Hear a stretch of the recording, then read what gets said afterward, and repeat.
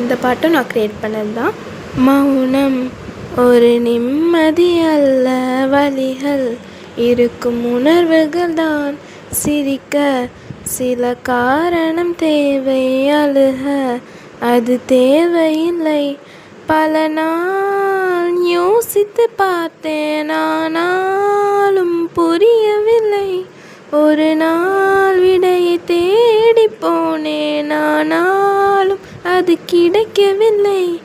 எதை தேடி ஓய்ந்து போனேன், அங்கே நான் தொலைத்தேன் அதை.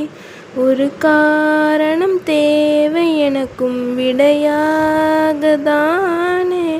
சுற்றியே 4 செவிறுகள் தானே, ஜெயில் கவசம் அணிந்துள்ளேன் நான்.